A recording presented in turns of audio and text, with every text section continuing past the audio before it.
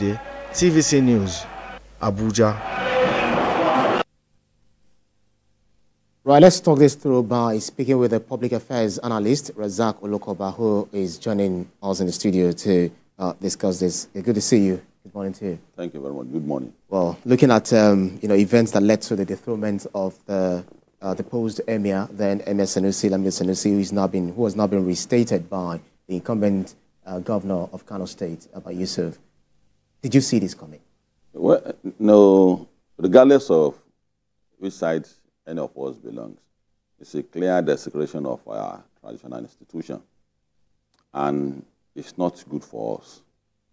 The model of governance and democracy designed for Nigeria is a summary that maybe it was intended not to work. And that was what prompted Obasanjo is saying in the recent time. I've told Obasanjo before he became the president, as former head of state, we engaged him. While he was there, we engaged him. But thank God, anybody can change anytime and become what you wish him to become. You see, when you have institutions like the kings, Obas, Emir, it's a mechanism to moderate the society and put the society on a template that will recognize the peculiarity of you as a people. No matter how global the world is, there's always an institution that will keep reminding us that you have a peculiarity as a people. That's what they are meant for. That's why in England today you still have the Queen of England, now the King of England, who is the most important human being in the world, because it's as important to such an extent that it does not require a visa to travel to any part of the world. So we should not be happy with what has happened. And we need to create a barricade around our institutions. So for Muhammadu Sanusi, we will try to get the details of what justifies his coming back. But why he left in the first instance, many of us were not happy about it. Then, try to understand the pattern of rulership in the north. Like I said, each state has its own peculiarity. The north has a model where the king presides over what is called the kingdom. The modern governance that begin to decimate and subdivided it into what the Ganduje is trying to do. Many people can't be happy with it in the north. I'm from Ilorin. And attempts were made to also do something similar to it, but it was resisted. So, even in Ibadan, look at what the former governor did. The current governor is moving towards ensuring that there's harmony, because it's a buffer for your culture. It's a buffer for who you are as a people. Who you are as a people has a long way to go.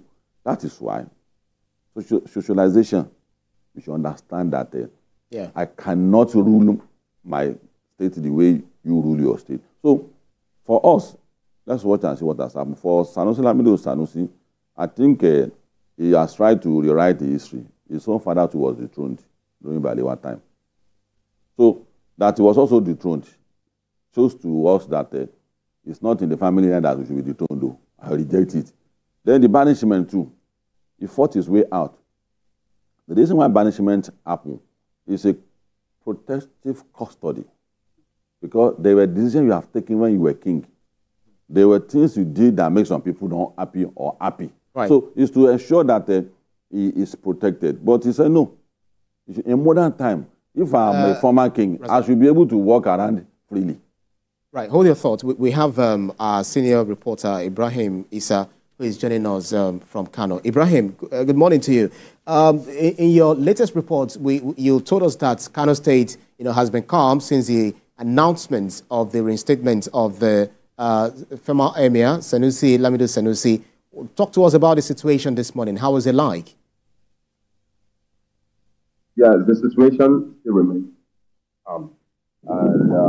Thoughts know that in a few hours from now, the Kano State Governor, Abba Yusuf, will issue an appointment letter to the reappointed Emir, talking about Muhammadu Sanusi II.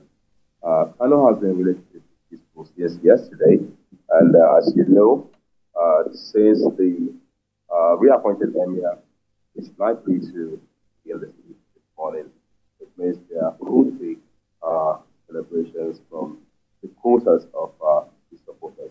So this is what we are expecting in Kano this morning. But as usual, normal hustle and bustle is currently ongoing. It's morning, and we are currently embarking on their daily journeys.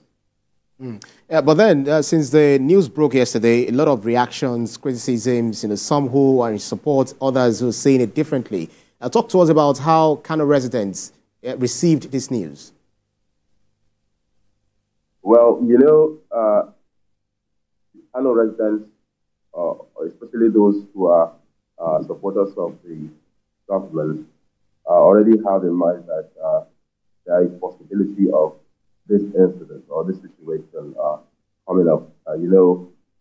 Both the reappointed Emir and the deposed ones, the dethroned ones, also have their own supporters. So the situation is like having a mixed opinion, so to say, while others are crying, others are laughing. So that was the situation. Others are supporting the move, while others are going against the move. And it is, as the government has earlier stated, that it is a campaign promise, and they deliver what it is like delivering the wish of the people. This is what the government said, and I could recall the government had said it during their campaign that all these things happening are going to happen. So the people of Kano already see it coming. So probably that was the reason why it remained calm. And even though there are polls from the government and speaking that it should continue to remain calm, the Kano has been really calm. And these are things that we are expecting in a few moments from now on. All right, Ibrahim, you mentioned on the news yesterday that the governor will not need to re-announce the emir since it's a sort of a reinstallation. Walk us through what his journey to the stool will be. Is there going to be any sort of coronation ceremony or anything?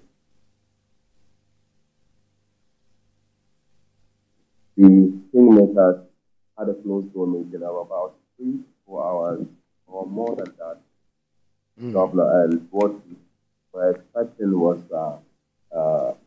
the kingmakers come out, maybe mention that okay, so person has been appointed as the area, but since this is something that was done yesterday, the second reading at the Kano State House of Assembly was done yesterday. The third reading was also done yesterday, and the Kano Emirate Council will still know what passed yesterday. The governor signed the law yesterday, so it's something that was done in a rush, so to say. So the appointment letter would be given today, at 9 a.m. That's so right. All right, senior reporter Ibrahim Isa, thank you very kindly for your keenness of insight on this latest development. Thank you.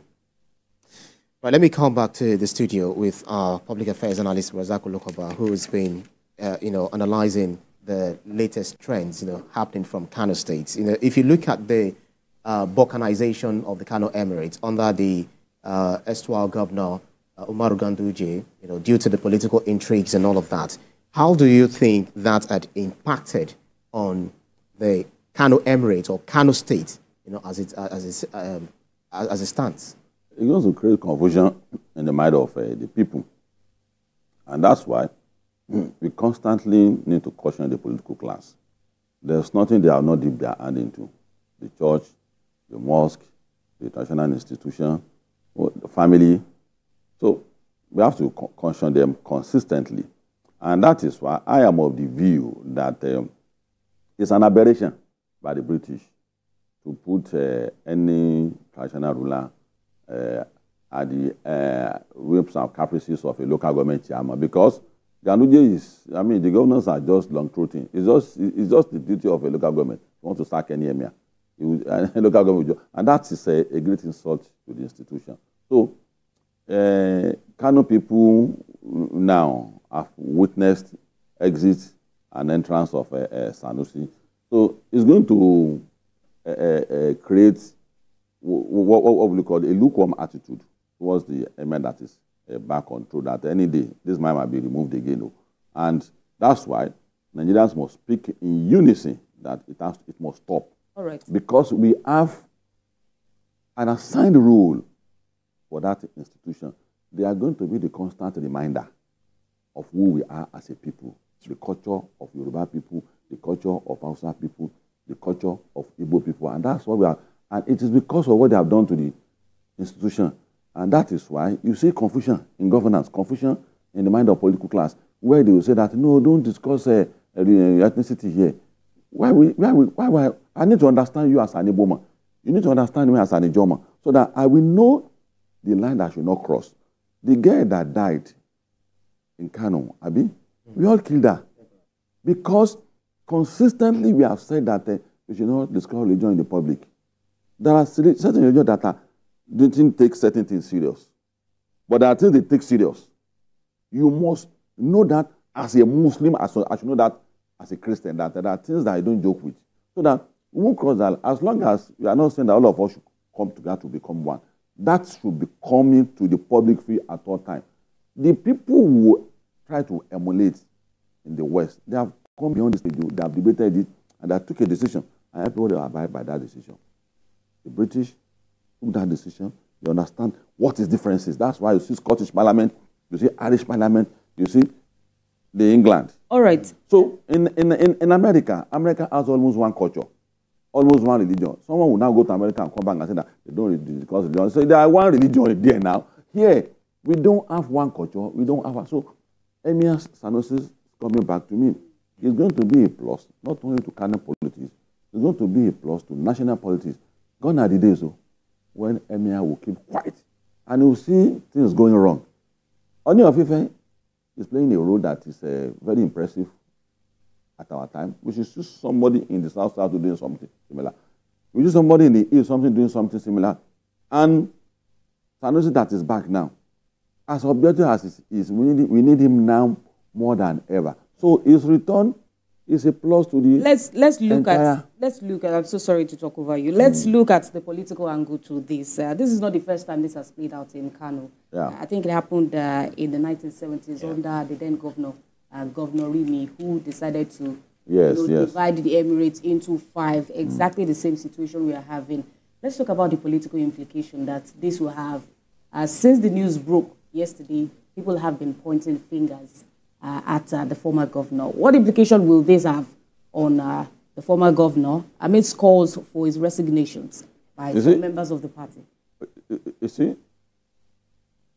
all these things is for political reasons. And institutions as important as that, the political class should not play politics with it. His interest, Remi did that time too. It's because of some political interest. You should remember that time when was MPN that time, and NPP and GNPP, the Talekawas. It's for political reason. And that's why we must not allow that to continue. Because somebody will wake up one day and go and remove Alapin for you too. And go and remove Oni of Ife too. So there should be a barricade around them. That's the summary. We need to build the barricade around them. Not because of the respect we have for our own interest. There is no prime minister that will march in Britain without the endorsement of the king, queen, and the king now. In the constitution, because our young men don't read these days again. They say, it's a ceremonial. What is ceremonial? If a queen and glass shakes you, you will encourage you to go and write down your diary. This is one of the most important days of your life. That's where they put their own institution. And to such an extent that going to anywhere in the world, you will not need visa. Some British citizens are now criticizing the monarchy. They actually want the monarchy to be, to be removed. That everything they want has to be constitutional authority. They also suffer. They also suffer similar fate with some of our people who don't respect that institution. What makes Britain today? You think it's the prime minister today that makes Britain? No, battles were fought.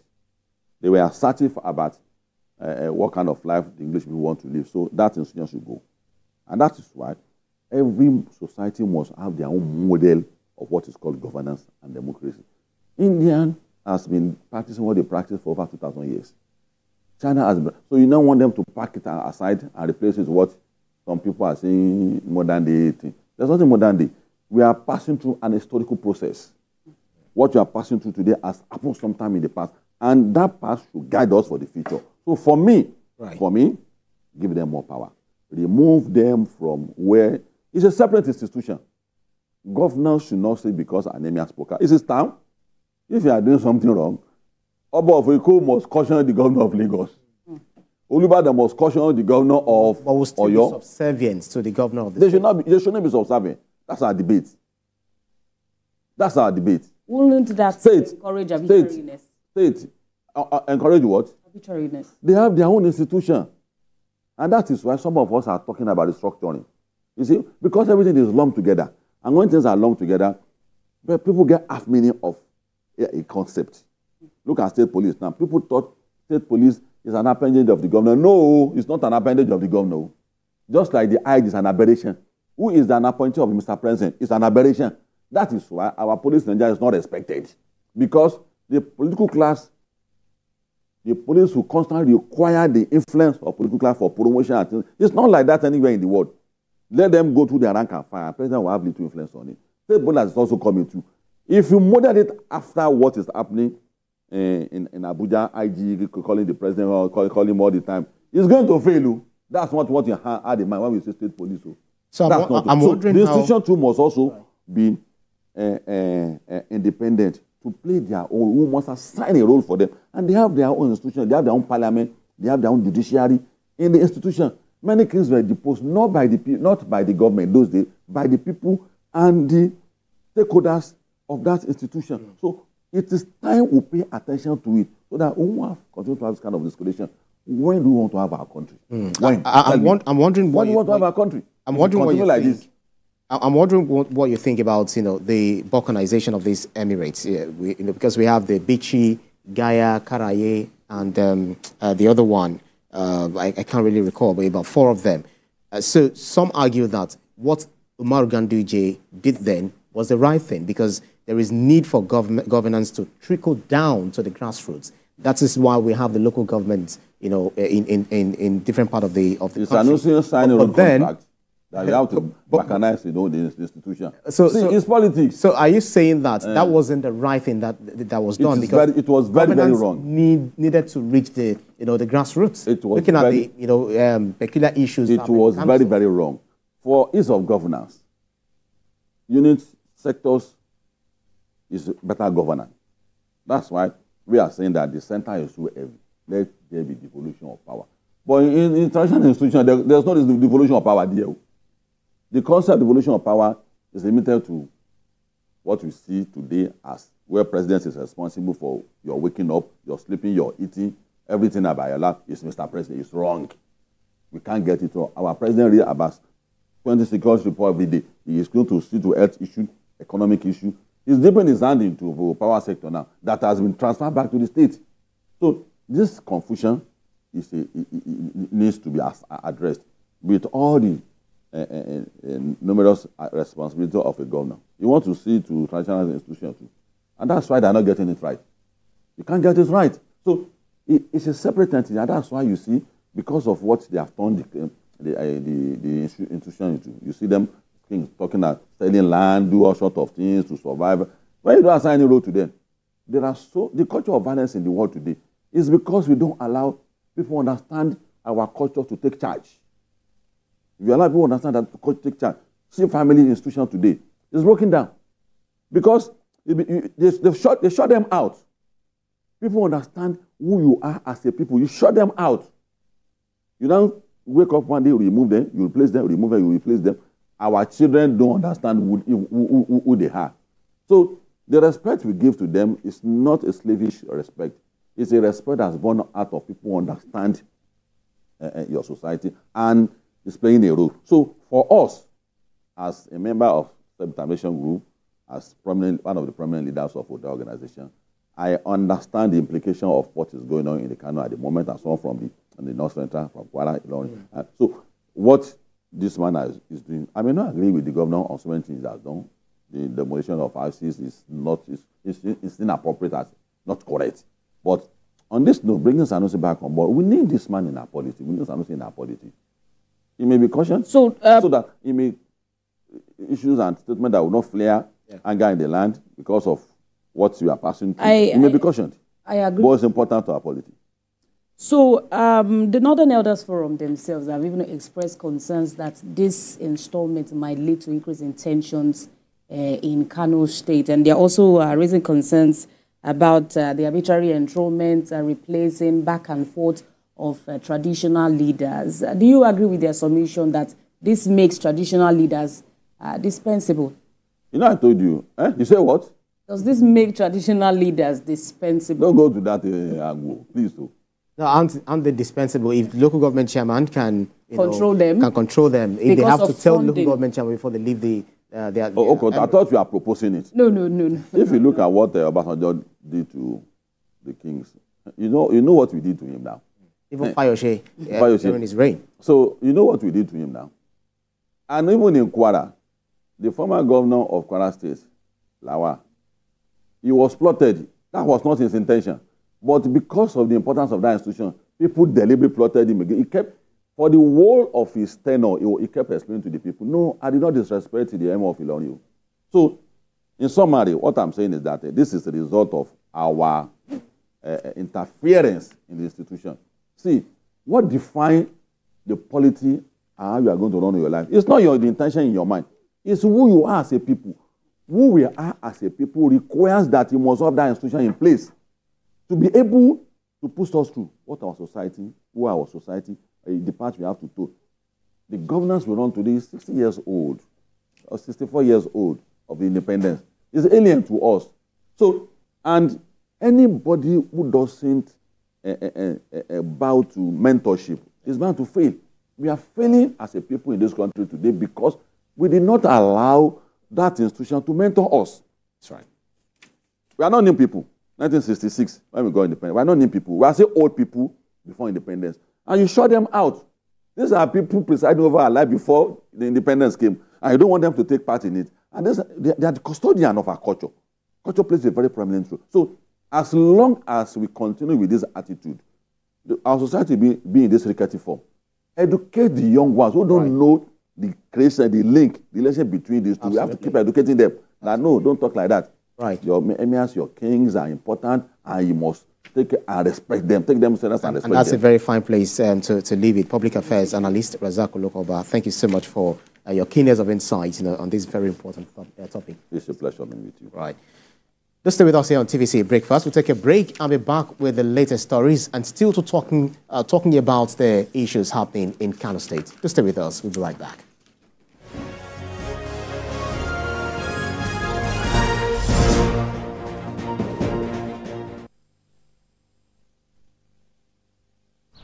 The new Milo 3-in-1 Milky and Creamy is truly milky and contains calcium. So, no need to add milk for that rich, creamy cup, which helps to nourish and energize your kids. Milo 3-in-1 is such a smart choice. Milo, energy to go further.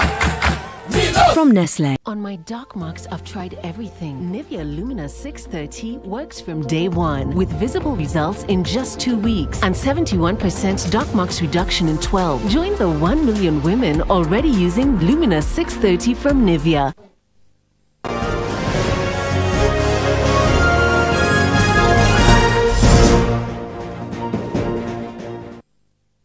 You're watching TVC Breakfast Show. Let's bring you the news update at this time. Minister of the Federal Capital Territory has announced that commercial operations on the Abuja Metro line will commence on May the 27th, with President Bola Tinubu scheduled to take the inaugural ride. This announcement was made during the ministerial update marking the president's first year in office. Uloma Oyemachi reports. As the anniversary of President Bola Tinubu's inauguration on May 29, 2023 approaches, the administration is providing Nigerians with comprehensive reports on its activities over the past year. One key initiative is the Ministerial Sector Update, organized by the Ministry of Information and National Orientation. The head of this ministry emphasized that the update will offer Nigerians an opportunity to engage with leaders and learn about their actions and progress. President Bola Tinubu is wholly committed to ensuring that we bring down the cost of living and doing business in Nigeria. We will put more money into the pockets of Nigerians, attract more local and foreign investment, transform the nation's infrastructure, among other things. And we will not pause or relent until we have delivered truly. Leading the way, the Minister of the Federal Capital Territory, Nyesom Wike, highlights President Tinubu's achievements in the nation's capital. As I speak to you today, all the area councils can attest the fact that before December this year, we are going to commission not less than 120 kilometers of roads in these 6 area councils. On Monday, 27, Mr. President will ride on that metro line. And we are going to allow for free ride for 2 months. 2 months. Other ministers present, including steel development, solid minerals development, youth development, petroleum and defense, also had the opportunity to share their achievements in their respective sectors. Beyond institutionalizing the NUF, we'll build on it to ensure that it is sustainable. Mr. President is not deterred and has asked us that while we are trying to resolve the broader issue of Ajokuta, we should also address the low-hanging fruits. One of the most critical sectors that we failed to address over the decades is the solid minerals sector. The event also marks a relaunch of the Nigerian National Information Portal, which the Honorable Minister of Information and National Orientation has said will serve as a canvas for the activities of Nigerian leaders. Uloma Oyimachi, TVC News, Abuja. To other story, the National Agency for Food and Drug Administration and Control has seized unregistered and fake drugs estimated to be worth between 67 to 80 million naira. This was part of the latest enforcement exercise carried out by the agency to rid the country of such products across the Federal Capital Territory. In a bid to keep up its fight against the sale of unwholesome products, an enforcement team of the National Agency for Food and Drug Administration and Control has resumed its job of clamping down on sellers of unregistered, counterfeit and fake pharmaceutical products. They just put it in their mouth, and the outside thing that they say, they'll just poke. Once you put it in your mouth and it gets to your brain, it will knock you down straight. This Today, the team goes to 2 markets, starting from Area 1 Motor Park, where they were previously attacked in February. Most of the products are aphrodisiac, and some are hard drugs, analgesic, and some like this one I'm holding is called kurkura. Well, it's just an intoxicant, that's how I would say, a concoction, a kind of. And we have some other controlled drugs like this injection called lidocaine. We have tramadol 225 milligram and the rest. So these are the things that we have been finding with them.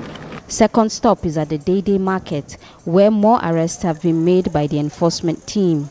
This suspect claims he only sells these herbal drugs for health purposes. Malaria. I sell this to cure typhoid and malaria. I get the herbal mixture from a man I don't know in Ibadan or your state. He sends it to us and we buy. In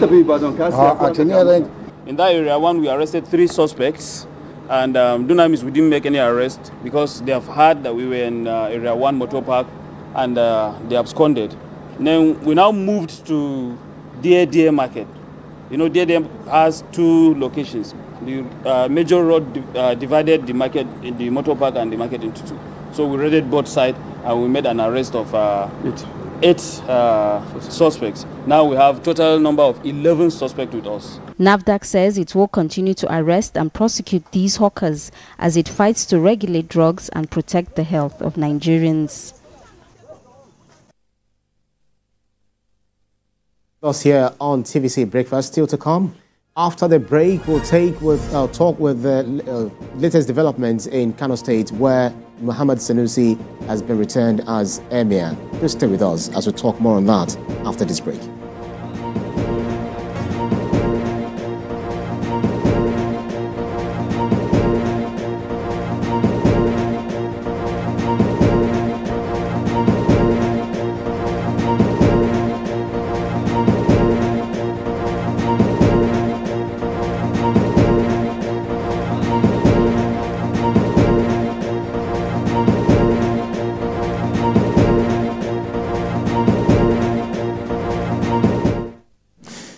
You're watching TVC Breakfast. Muhammadu Sanusi II, deposed as the Emir of Kano 4 years ago, has been reinstated to the throne by Governor Abba Yusuf.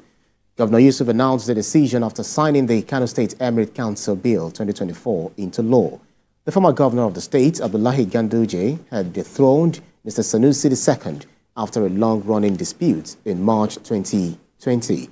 Governor Abba Yusuf revealed that the new law replaces the Kano State Emirates Council Law 2019 and dissolves the Emirates Councils created by former Governor Abdullahi Ganduje. Here is a timeline of major events that led to the deposition of Muhammadu Sanusi II as Emir of Kano.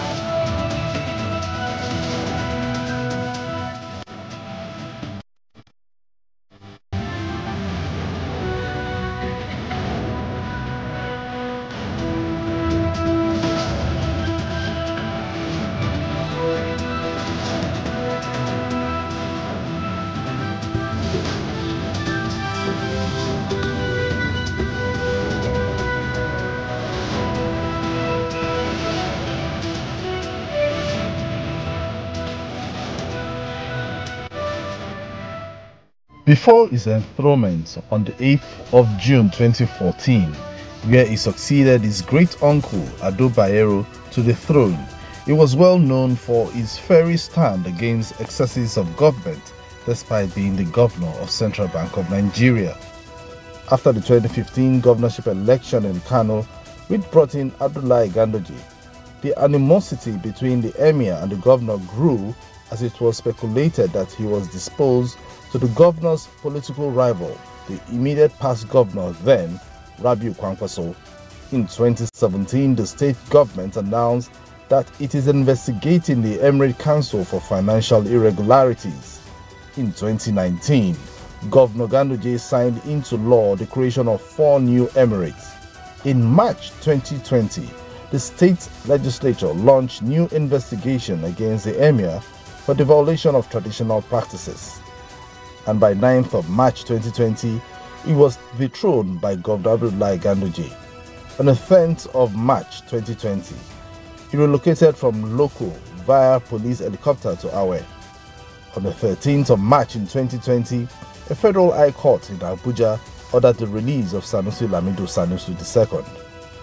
4 years after, 23rd of May 2024, he has now been reinstated by Governor Abba Yusuf, and the 4 emirates created by Governor Abdullahi Ganduje, which include Bichi, Rano, Gaya and Karaye, have now been abrogated.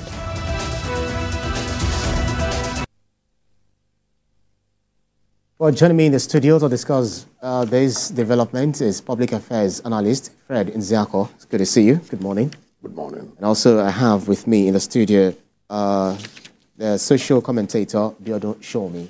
It's good to see you. Good morning. And nice I love your white. Well, let me start with you, Fred. Yeah, looking at because there is a breaking news regarding the latest development that happened in Kano State, where court stops reinstatement of Sanusi II as Emir of Kano. The Federal High Court sitting in Kano granted an ex parte order stopping the Kano State government from reinstating Muhammadu Sanusi II as the Emir of Kano. What's your reaction to this? Do you feel this medicine after death? Well, you have said so is absolutely and obviously a medicine after death because an order that comes after the action has been taking place, it becomes an order in academic exercise and a mere futility. And already Sanusi has been reinstalled as the 14th Emir of Kano. So such ex parte order, ordinarily, I should not have been given by the court, if you ask me, because the court should not lend itself to giving orders that would obviously in quote, not be obeyed. Yes, every court order should be obeyed, but when the order comes at a very bad time, because timing is very important. The order came in at a time when the Emir has already assumed, because the pronouncement has been made. The fact that he has not started holding meetings in the palace does not matter, because the House of Assembly has done its job, which of course is their constitutional responsibility, which the court should not meddle with. And then the House of Assembly has finished the job, and the governor also constitutionally has signed giving accent to the bill, and it has become law. It has taken off, and the governor has also made a definite pronouncement following from the actions of the House and the signing of that bill into law. Made a definite pronouncement that Muhammadu Sanusi II has been reinstated as the Emir of Kano. So I think the court order came at a little too late. And once it has come a little too late, the effect of such order is no longer valid, because the whole idea is to stop the doing of an action.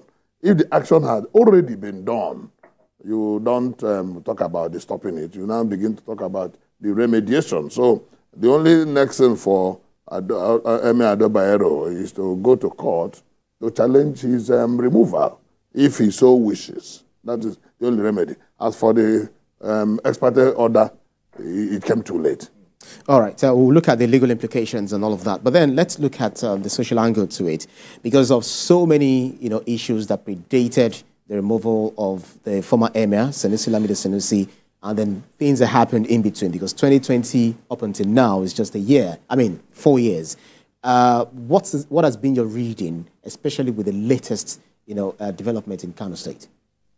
Yeah, well, in relation to the removal of Sanusi, it was clear there are two removals now. Removal of Ado Bayero, Aminu Ado Bayero, and then Sanusi, Lamide Sanusi, is now being restated. I'm just saying that, of course, we have an emir. There's only one removal. Sanusi was dethroned, right, and reinstated. In the case of Ado Bayero was not removed, and the other 4 emirs. What happened is the governor... That's to their previous position. Yes, the government, through the legislative arm, repealed the act that created Emirates. The implication of repealing the act that created the Emirates is that they reverted back to their positions, or if you had no position before, then you are heart in the cold. Common citizen. So that is why Ado Bayero is now reverting back to Galadima. Now going to become Galadima of Kano. So when you look at that situation, there is only one, deposition. The other people removed now are consequence, the outcome of a repeal of an act. It was not a direct removal by the governor. That's right. That is what has happened in this situation. Right. Now, when you look at the build-up to it, when you look at the North generally, and you look at the Constitution on freedom of speech, traditional rulers are gradually emerging, as you are having new crops of traditional rulers who have excelled in industries, who have a lot to contribute to national development, who, by virtue of their position, are highly influential with the people in their community, and they are expected to help maintain peace, and stability. And one of the ingredients for peace and stability is development. If you don't have development, you have unemployment, you have, so many child children, deprived of education. Out of school. Out of school. It's the rule, the emir is bound to speak on them. Sanusi, traditionally, emirs hardly comment on issues of national development. And that is why they found Sanusi to be a very strange emir, because he came from the CBN. This is a man who is very, very educated at the first degree and second degree in economics, and he wants the best for his people. He wants the North to develop. He's been around, he's gone to everywhere. So he knew what should happen. And it's not a case of subverting the government. No traditional ruler has the right to subvert the government. But to offer constructive advice, which he did. When you look at his position on girls' education, girls' education is not very progressive. Yeah. So, of course, he stepped on some toes. People who would rather have the people, kept down. His position on the Almajiris, very productive also. He made very important contributions on issues of economic development. Of course, all this did not sit well with some people who felt that he had to go. By 2019, they felt he had done enough to step on toes and he needed to be removed. Now, Sanusi was removed, also banished to Loco, and then eventually ended up in Lagos with his late friend, Abba Yusuf. Was first taken to Awe. To Awe, and eventually ended up in Lagos with his late friend, Abba Yusuf. Yeah. So, since then, he's been making his contributions, to national development. He's been very expressive, and very articulate, contributing, in fact, to the extent that even when we had a crisis with Niger Republic, Sanusi, even acted as a go-between the Federal Republic of Nigeria and Niger Republic, because he's also the leader of the Tijaniya movement. Right. So he's been playing very constructive role to the extent that no governor would ignore him. They would rather have him doing it in their state, and help to accelerate development. So from my own social economic viewpoint, I think it's the right decision to take in this situation. That's right. The Emir Adebayero is a very nice man. I once met him. But so if you say it's a very right decision, is that barring the insinuations that this is just political? Because his removal, according to some others, they believe that it was political. And then his reinstatement, following the campaign promises of the incumbent governor, Abba Yusuf, saying that he's going to revert, the old Emirates, back to status quo. Do you not read any politics to it, and what impact does that have on it? Well, I think it's. I would say clearly that Sanusi's removal was purely political business. His reinstatement is also couched in political terms. If I'm the governor's spokesperson or speechwriter, I would rather not put it that way. He's trying to maintain, I will go back and say, look, we are maintaining the customs and tradition of Kano. We do not want to tamper with it or disrupt with it. And that would have been sufficient. That's right. It shouldn't have been linked to any campaign promises. And in any case, that would have been acceptable to the people. And we've seen that there has not been any incidents of violence or anything following his reinstatement. Anyway, Fred, if you look at, we have the geopolitical, status of Nigeria. Look at Oni of Ife. Look at Alake of Egbaland. Look at Olu of Warri. You also look at that of Warri II in Benin. And all of that. And you don't know about Obi of Onitsha. Obi of Onitsha, Or Igwe of Abagana. Absolutely. We have definitely, we have first class. I know definitely you have to represent very well. So how significant is that throne, that stool of the Kano Emirate to religion of things, or let's say politics of things, or the entire Nigeria as a geographical location? You must know that our traditional institutions predate the government of Nigeria. Nigeria became independent in 1960. Even before independence, when the white man came in 1851 to annex the colony of Lagos and thereafter gradually annexed the entire Nigeria, we had traditional institutions that is as old as the people themselves. And the people had always had this government that is traditional, that holds their culture, that governed the people, and ensured that there was development and that people lived as human beings. So if you now juxtapose government with traditional institutions are older. Now, government came and kind of tried to bring traditional institutions to conform in a manner of speaking. And that is one of the major challenges of our current constitution, because we have always been saying that the constitution has not given adequate opportunity for traditional institutions to contribute meaningfully to national development. And that is why, especially this 1999 constitution that has brought the traditional institution under the control of the state through the local government. And that is why the Commissioner for Local Government Affairs, maybe a 35-year-old young man, will come and dethrone a traditional ruler of a 50-year standing. And we see nothing wrong with it. So we must ensure that our constitution runs in line with the culture and tradition of the people, and by so doing, ensure that the traditional institution is given adequate role and responsibility in terms of national development. In terms of old, in the biblical Israel of old, the kings were easily directed by the leaders, the traditional leaders that were also the religious leaders. So the religion and tradition are older than government. And the modern government must recognize that and not try to flush them out. That is what our constitution has done, trying to flush out the traditional institution. And it becomes very easy to meddle into the life of such institutions. And it has affected the capacity of the institution to become relevant in the scheme of affairs. How do you think this has been made possible? Because if you look at some traditional rulers, what they do is to meddle in politics, is to openly endorse a candidate during electioneering.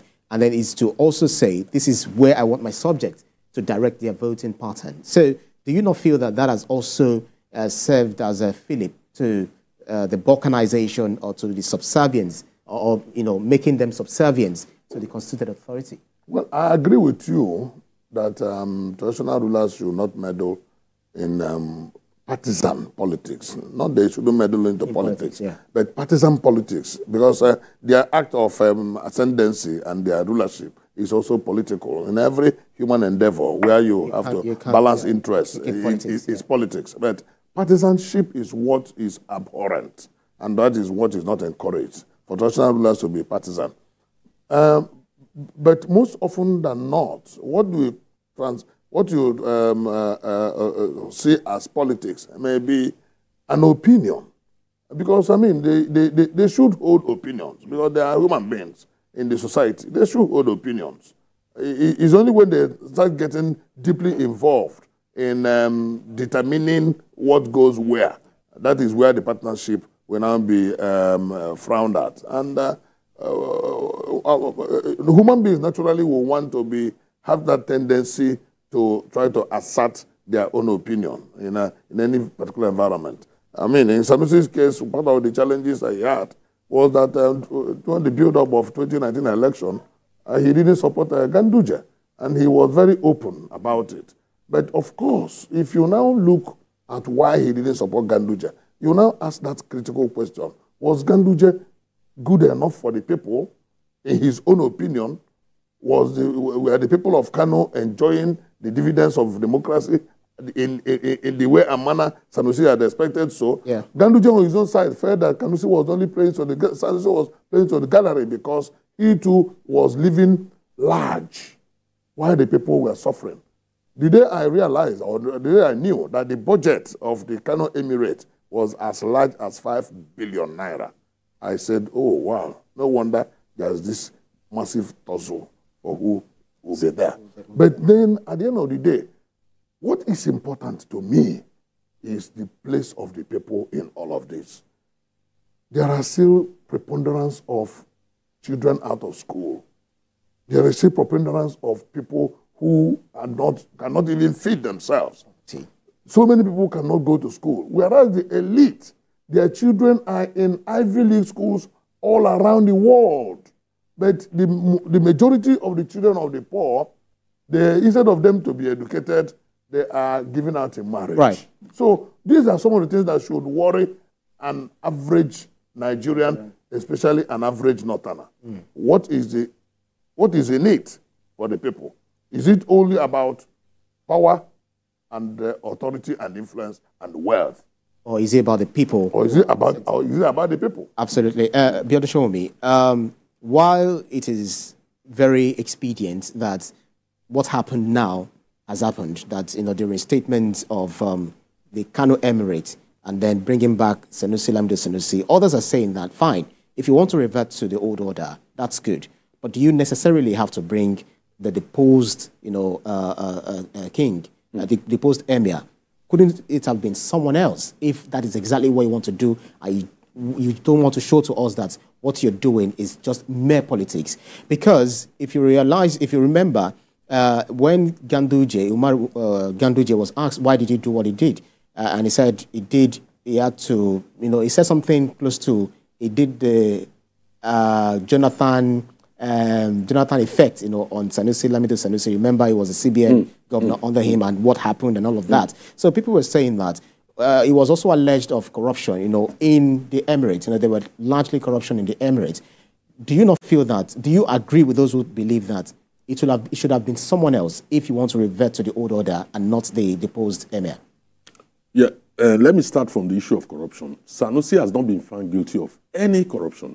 Under our law, there is presumption of innocence. An allegation was made, and that was not proven in a court of law. So that steps aside.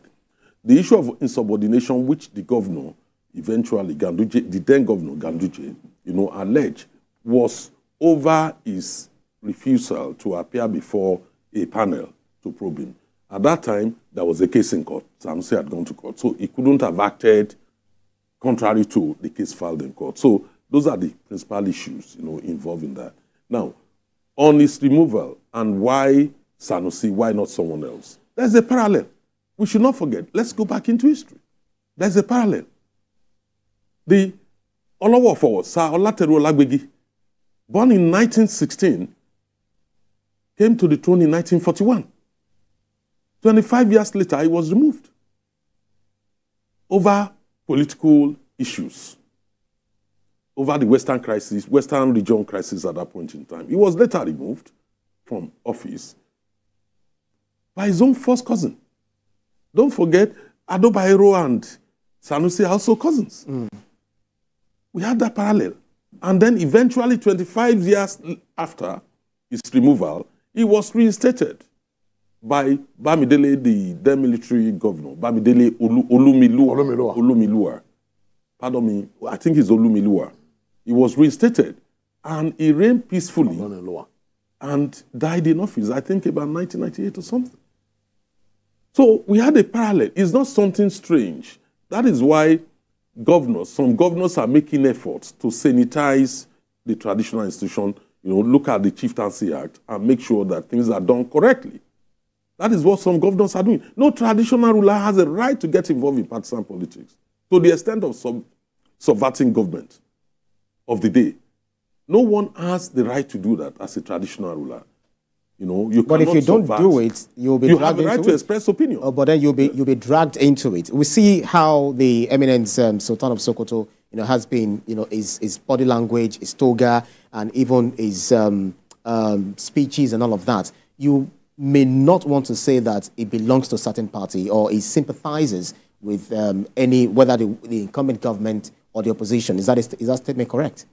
Yes. When you look at how traditional rulers have been behaving, largely, I think they've been behaving responsibly. I can refer to Professor Achebe Igwe of Onitsha.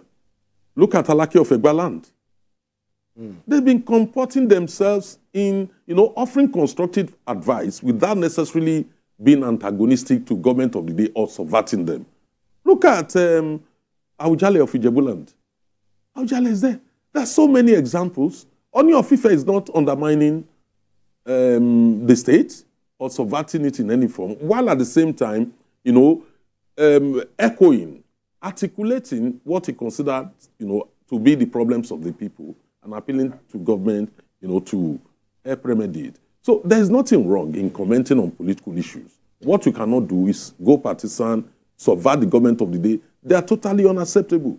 And in my view, we now have more enlightened, you know, traditional rulers. In many cases, most traditional rulers at least have a first degree now. So they hold opinion. Many of them have contributed in industries and all that.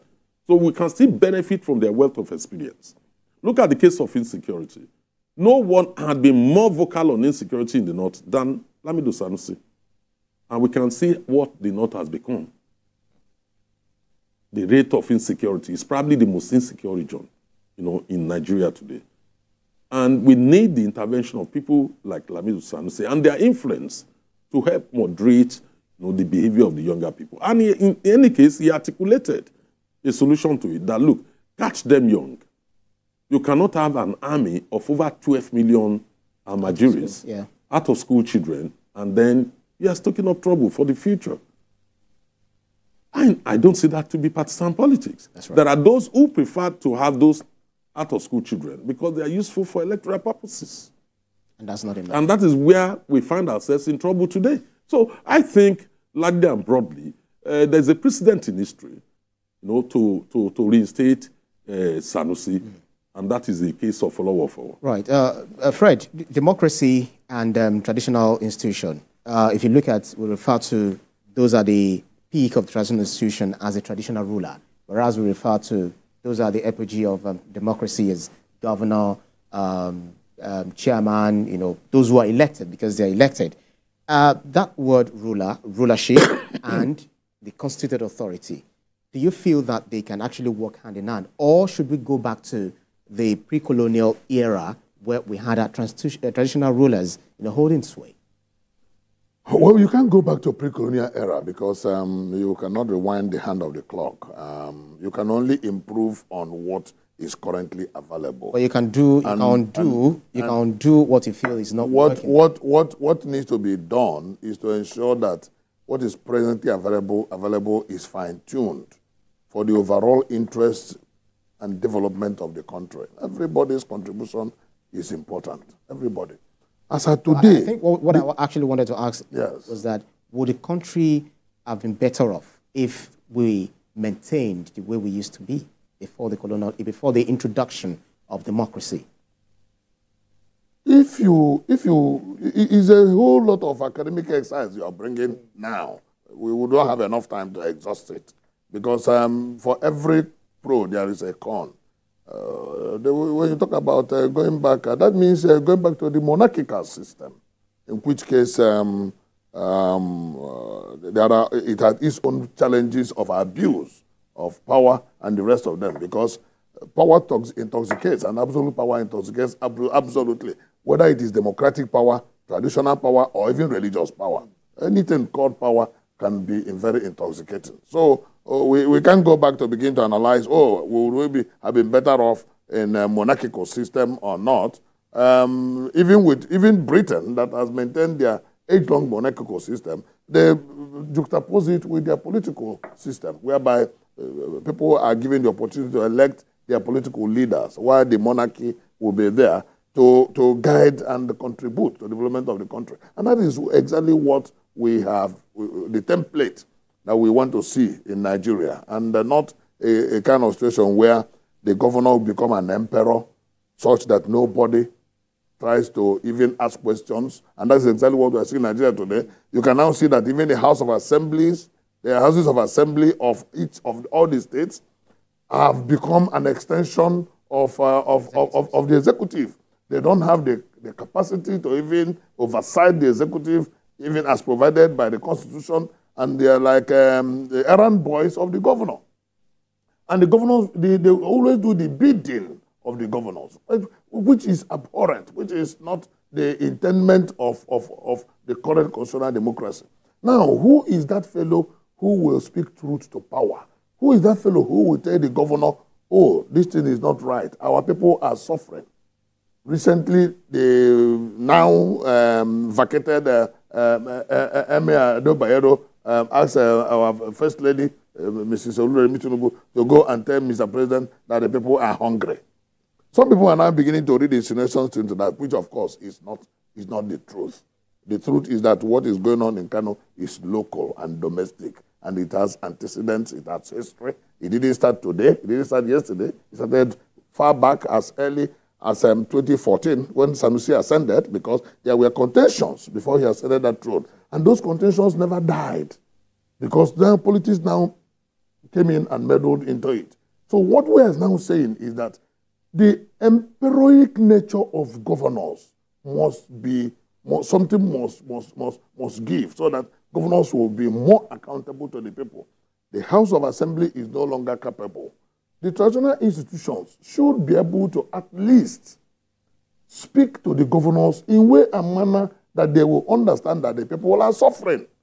Because, I mean, who will tell a governor with a 25-car convoy that the next child in that village where he comes from is unable to pay school fees of 20,000 naira? And he's at home or hawking wares on the street. Meanwhile, the governor is lavishing money and wasting money. Now, when the traditional ruler, who feels it because he's closest to the people, he is subject. Now, even the local government system has been emasculated by the governor, the same governors. Now, the chairman of local government, none is elected by the people. None. When there's a local government election, in the government house that they don't write names of chairman and councillors and then do a charade called a local government election by State Electoral Commission and come and announce. We see all these things, and these things ache the system. The traditional institution now is now the one that can now speak for the people. When they now speak, which of course is truth, the way the people feel and the way they know that the people feel, that the people are suffering, they will now be tagged they are being political. That is wrong. They should hold opinions. They should hold opinions. It is partisanship that I don't want. But they should hold opinions, both constructive and even be able to criticize the government, because they are human beings and they feel the people, they know the people, and they know when the people are suffering. After all, they must not subvert the mind. Holding an opinion does not subvert the security of the place. Telling a governor that your people are suffering does not subvert the system. Telling a governor that he needs to come and put water, put health facilities, does not subvert the system. And they should be able to say so. But the challenge is that the governors themselves, because they feel so large, they don't tolerate any criticism, even constructive.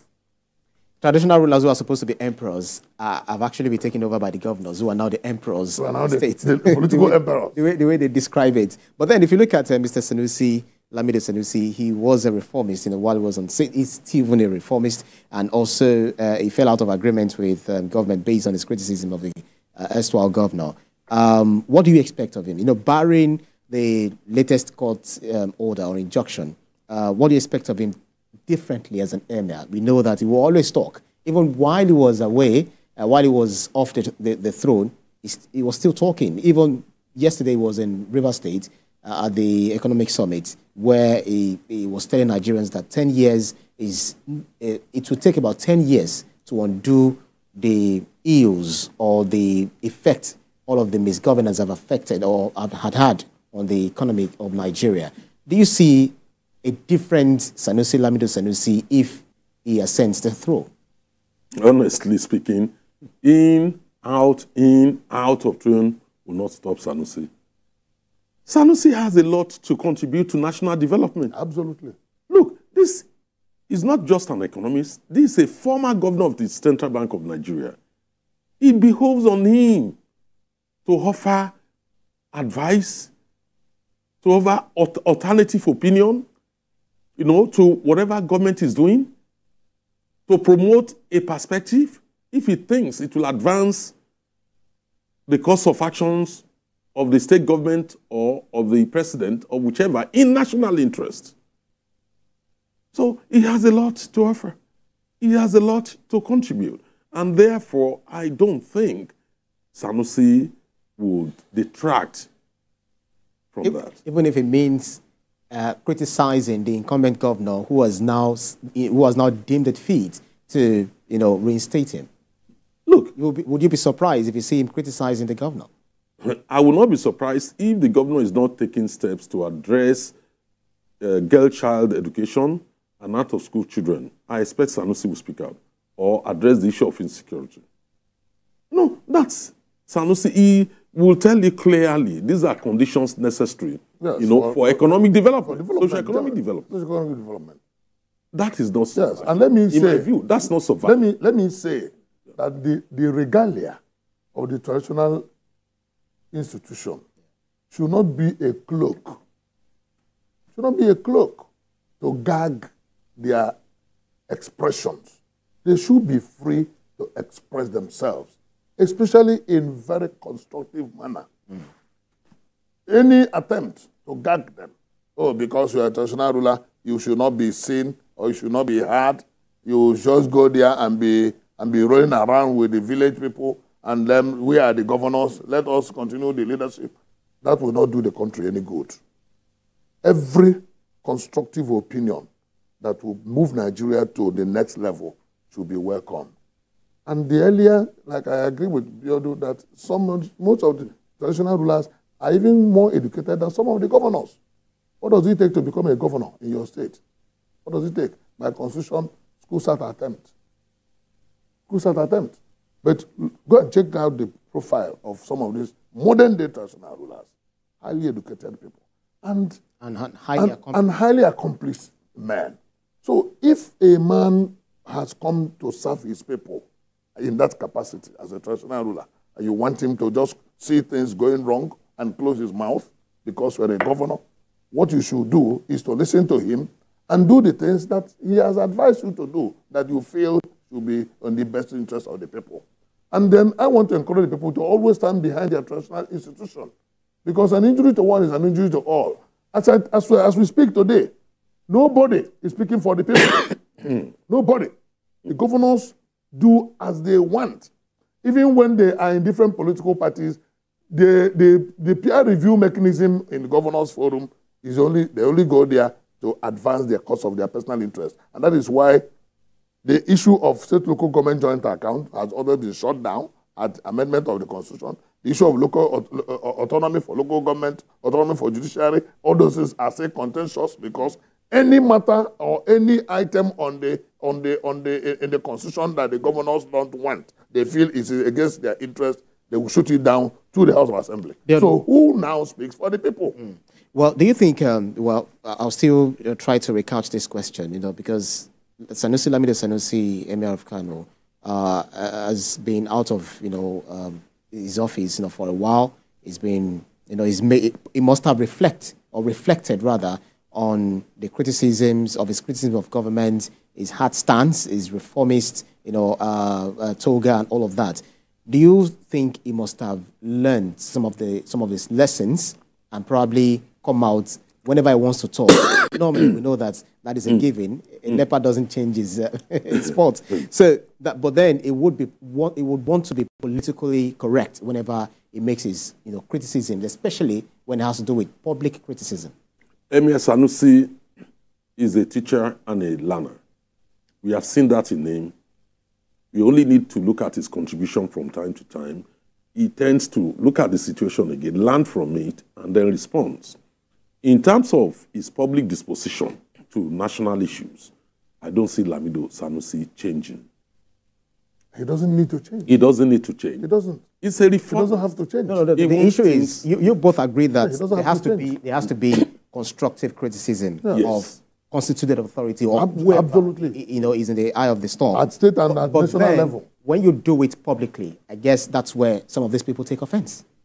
Well, I don't, because they feel that one of the things that people said then was, you have Muhammadu Ganduje's contact, you have access to his office. Why don't you just go to him and have this conversation, tell him what to do, rather than going publicly, because it felt it was a disgrace to his governance. Yes, you're right. Some people did say that he had a choice. He could have articulated his own views, to the governor privately. But at times, you also need to consider, what about the people you are leading? How would they know you are even speaking out for them? What a traditional should never do, undermine the security of the state, because it's expected to help maintain the security. is not expected, to go partisan, just like Fred said, because partisanship breeds resentment, hatred, and other things. Absolutely. And a traditional ruler is expected to offer constructive advice to government, constructive alternative, to, in fact, articulate views of his people. If they need issues, we have seen traditional rulers, talking about, oh, Mr. Governor, we need your help, our road is bad and all that. And we've seen governors responding. It's not in all situations that governors, just respond, they hate criticisms, they don't want traditional rulers to contribute. I don't see it like that. Right. There have been so many examples of that, even including in Ogun State, including the Oni of Ife, appealing to federal government to do something on unemployment. That is not subversion. So traditional rulers must always speak out when things are not going well for their own people. What they should never do is advocate for violence, undermine the security of the state, or subvert the government of the day, or be partisanship. Those are issues which are very clear. Apart from that, of course, no leader is expected to do that anyway. So apart from all that, I don't see why they cannot express an opinion. That's right. Well, if you look at Sanusi Lamido Sanusi, he's a prominent traditional and religious figure in the West Africa, and as a Khalifa of the Tijaniya Sufi order of Nigeria and the neighboring countries. So he arguably has a political spiritual authority over the second largest Sufi order with over 50 million adherents. That's the kind of power he wields. Do you not feel anyone will be threatened by having Kano as an emirate with the person of Sanusi Lamido Sanusi at the helm of affairs? Why would anyone be threatened? Your responsibilities and roles are different from mine, so why would I feel threatened? I'm a governor. My duties are defined by the Constitution. You're a Khalifa. You're a spiritual leader of a sect of your people. Your duties are defined by the Constitution. The Sultan of Sokoto is the head of Islamic religion in Nigeria. All the Muslim adherents, the Muslim Omars, they defer to him. Does he now mean that his duty will clash with that of the governor of Sokoto State? What happens is that, I agree with my good friend Biodo, that as long as the advice is constructive, which must always come, because what they hear, people are freer with their traditional rulers than with the governors because of the shield given to the governors to the extent that they don't even when the governor is your friend, you will not have access to him. But the traditional ruler, a lot of them, their gates are wide open. You walk in, you interact with them, you tell them your problems, because that is even the foundation of their origin. All right? The foundation of their existence, and then what they are expected to do for the people. As the leaders closest to the people, they hear them, they feel them, and they represent them. So there is no conflict at all in any way or manner, and nobody should become agitated about the profile of another. Let me quickly bring this in because of our conversation, because of our time. Governor Abba Yusuf is set to present an appointment letter to the 16th Emir of Kano, Muhammadu Sanusi II, today at 9 a.m. at Africa House, located within the premises of Kano Government House. You had already said the court injunction is just like dead on arrival. But what's your take on that? Very quickly? Well, like everything is happening very fast. Yeah, very, very fast. If you look at the speed, there is no way how any court processes will catch up with that, because you have to personally serve. Yes. Or you go back to court to ask for substituted service. Another substituted There's no such time. There is no such time for anything. There is no way you can serve either the Attorney General or the governor. You won't even see them to serve. And even if a court issued an order, and once it has not been served on you, it is still not effective until it is served. So for me, this is fait accompli. Sanusi is back in power. The issue of fundamental human rights will be looked into by the Federal High Court, and then a judgment will be issued by the court eventually. Right, but very quickly, because we have just less than a minute to go, how can we separate very clearly democracy or constituted authority and traditional institutions so that they don't have to overlap? It doesn't have to be like there are two captains, on a ship. They are already separated. They are already separated. The role of the traditional ruler is defined. even though not put down on paper in the Constitution, and that is where I want us to... In the there's Act. In the Chieftaincy Act of the states. The Chieftaincy Act of every state is there. Yeah. So it is defined. There's no clash. What is happening is that once one wants to assume the role of know-it-all and you don't want to tolerate any other opinion, that is where the problem arises. Because even when the traditional ruler cannot speak, the people themselves will continue to speak and shout when anything is going against their interests. So I don't think there's any clash. What we need to do is to ensure that everybody maintain your lane and then for the overall interest of the people. Absolutely. Well, it's a fine place to leave it. Public Affairs Analyst Fred Nzako, thank you very kindly, as well as social commentator Biodun Shomi. Thank you so much, gentlemen, for your time. Thank you for having me. Watching TVC Breakfast, just stay with us. We'll bring you entertainment wrap this Friday morning.